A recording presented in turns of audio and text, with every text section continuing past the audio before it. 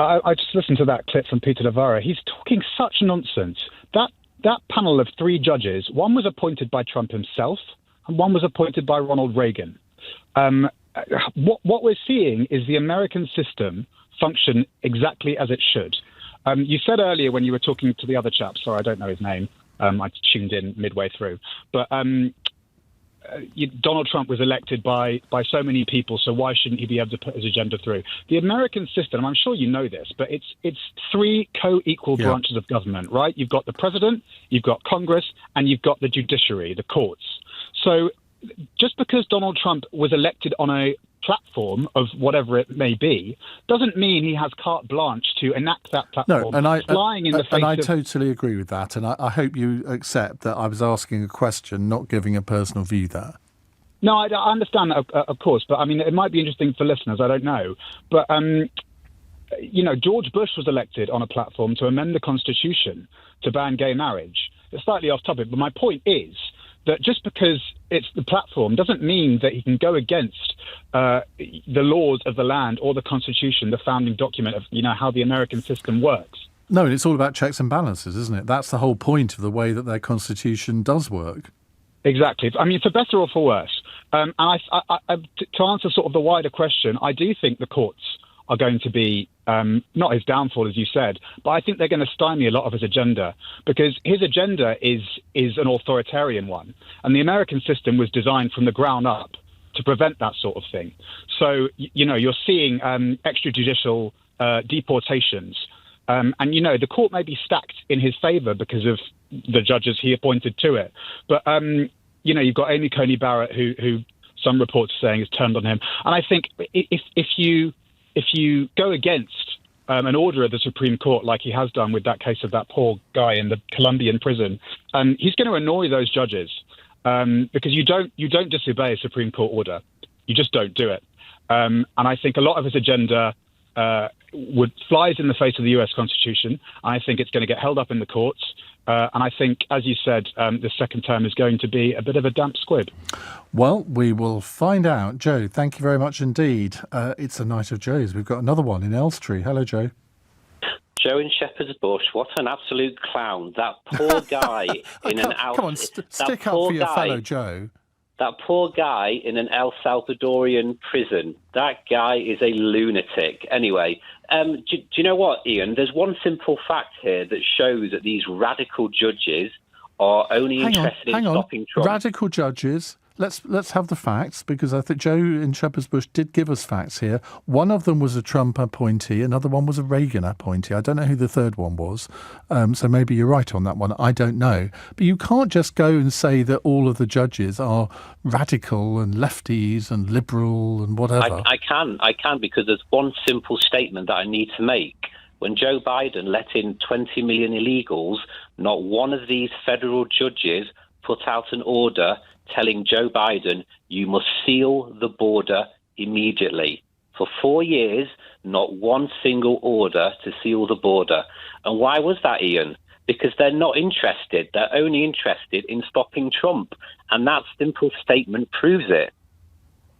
Doesn't it? Well, I'm not sure it does, because... Well, how can it not? If 20 million illegals are invading your country and there's not one federal judge who has the balls to stand up and say, you must seal the border now, this is dangerous, well, under what why would that be? Under what law would they be able to do that? And under what law can they stop No. Trump Answer my question. Answer my question.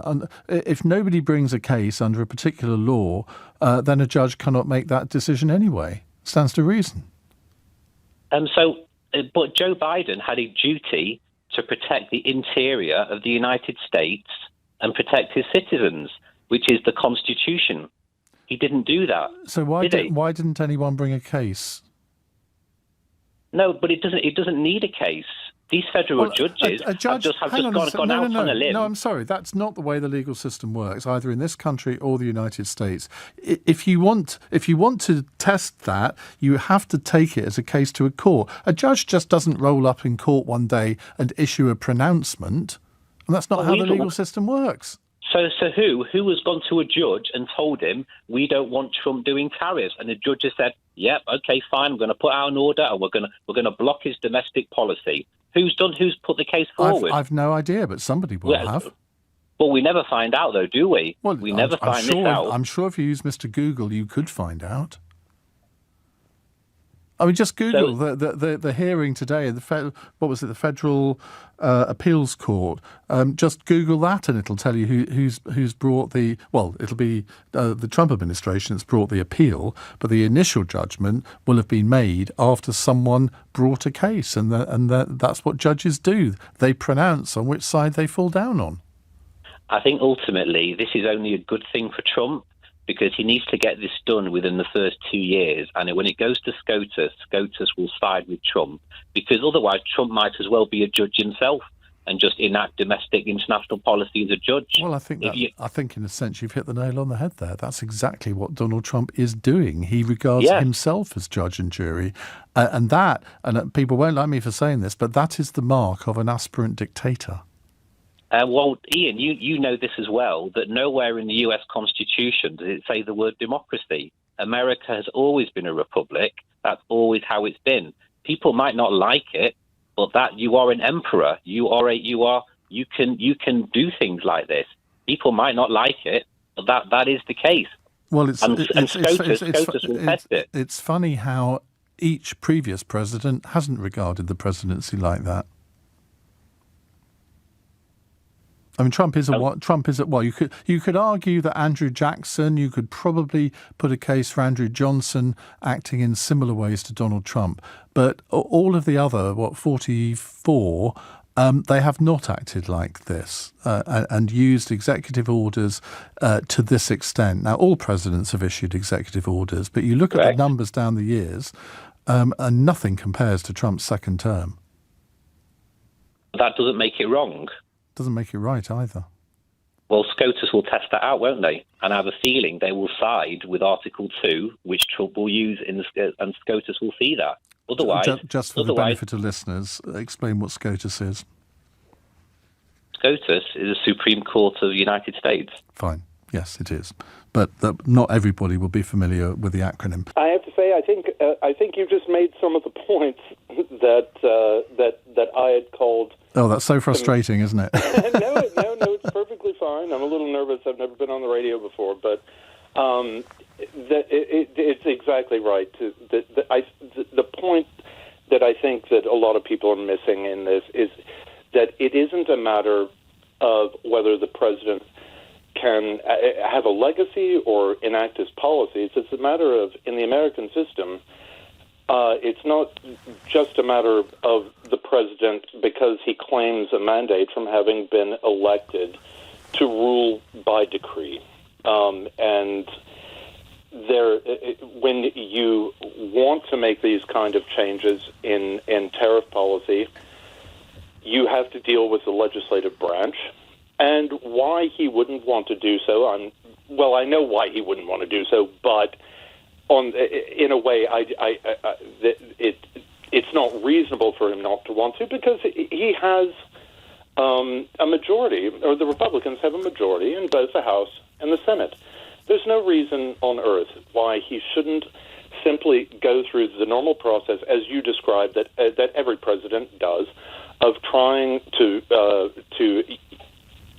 have his policies put into practice through legislation. Well, I think Simon Marks put his finger on the nub of this question, where he said that even though he has, or the Republican Party has control of the Senate and the House, it's not quite the same as the House of Commons, where parties are whipped into line. Yes, there are whips in the Senate and the House, but I think senators in particular tend to be a little bit more independent than British MPs, and sometimes That's have to be right. Yeah, and I mean they can be bought off by pork barrel politics. Obviously, I'm being a cynic. That often happens. However, if Donald Trump thinks that there are, I can't remember what the majority that the Republicans have got in the Senate at the moment, but it's a relatively narrow one. So you only need 2 or 3 to peel off, and before you know it, you're not going to get your legislation through. And that's the system that our founding fathers designed. Yeah. They wanted that. They did not want an elected strong man.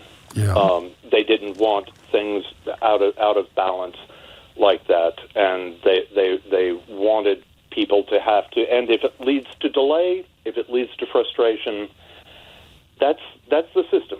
That's the system that we've always had. Well, it's 53-47, so you only need 3 senators to peel off, and then you don't get your legislation through. So, look, Tyler, this is going to be fascinating to watch. Thank you for your perspective. As usual with Trump, it's very complicated, but there's a simple answer. He's a disruptor, and he is a strong man, and that's who the American people voted for. And even though there's people within the court system that were appointed by him, a lot of them don't like him. A lot of his own party don't like him, but they had no choice to go with him to get him in. Now, this is out-and-out lawfare that you're seeing now. You saw it with Brexit in this country. How many times did it go to court and get blocked for various things, and it took so long to get through? They did it with the charges against Trump prior to the presidency. So I'm not surprised that he wants to go for the courts, and it works for him. But hang on a second, because isn't this why we have a judicial system, a court system, where somebody has a complaint, where they think the law has been broken, they take it to court, and then a judge or a group of judges decide whether the law has been broken or not? That is an integral part of our democracy. You're absolutely right, Ian, but it's kind of the old system, because the problem that we seem to have now is this, I do believe partisan judges, a partisan system that sees the order of things and the way things should be.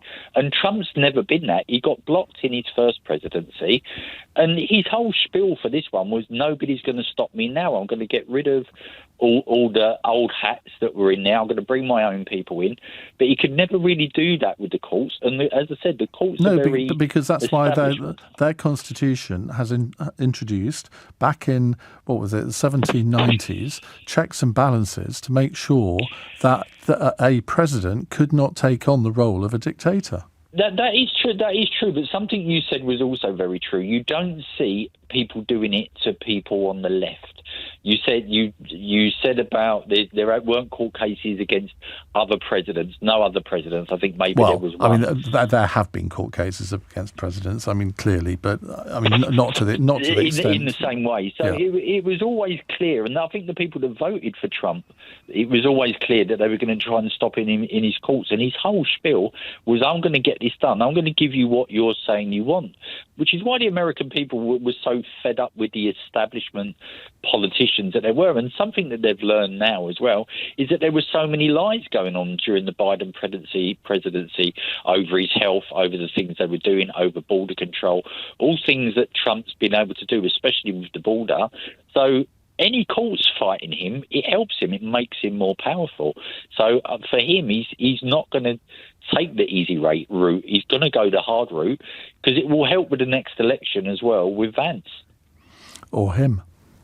I don't believe that'll happen. I really don't. Well, I don't, but a few months ago I would have said there was only a 10% chance of it happening, but I think that percentage has probably increased a little since then, because the only possible way I can see that happening is if he goes in under a vice presidency under Vance, and then Vance resigns afterwards. And I don't think they would be stupid enough to believe that American people would swallow that, to be honest. Well, you'd hope not. The only way Trump can have the kind of legacy he has in what passes for his mind is to undermine or abolish American democracy. He has to undermine the rule of law. He has to make elections meaningless, so he can create the kind of America that he wants. Basically, his legacy will be, if it happens, a legacy of fascism, because he will lose in court. And if those court orders still mean anything, he'll be stopped. And people are noticing how nasty his policies are for the majority of people. So the next elections might get dicey for him. So the only way to approach that for him is to make sure that as many people as possible cannot vote against him. Voter suppression is an art form in the United States. So he might make it, but not as the leader of a democratic country, but as the Führer of the new America. Wow. I mean, do you not have confidence in the checks and balances of the American Constitution that if he did go down that road, and I think it's a big if he did go down that road, that there are enough checks and balances to stop him? It is an open contest, I believe. Somebody, presumably the authors of Project 2025, and know their system very well and know how to undermine it from the inside. No system is absolutely perfect. Every system can be undermined and destroyed from the inside. So there is grave danger for American democracy. He might win that battle. Evil might prevail. Well, there's also great danger for the whole world order here, isn't there? Because we've seen him trying to shake that up already quite successfully in some ways. And I suppose the next stage would be to withdraw from NATO. But again, Congress would have to approve that. And I don't really think Congress would, but who knows? I mean, we've got 3.5 more years of this. Yes, and they will be interesting to say the least. If Trump and his MAGA fascists prevail, Europe will be caught between an imperialist Russia and a fascist America. Will be the last light of democracy.